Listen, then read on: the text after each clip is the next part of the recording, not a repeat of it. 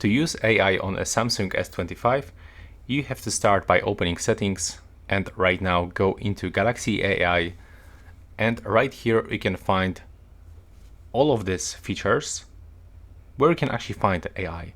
So we can find AI in call assist, writing assist, interpreter, notes, transcript, in sound recorder, in the Samsung browser, in gallery, when drawing, in the photo ambient wallpaper, so you can see how AI changes your own photo, and in the health Samsung application. So that's how it actually looks. And you have to also be sure, like if I want to use this in the gallery, I have to tap on it and I have to be sure that I switch on this function. So now if I want to move, if I will move into gallery and start editing my photos, I can actually find some features of AI. And that's how it actually looks.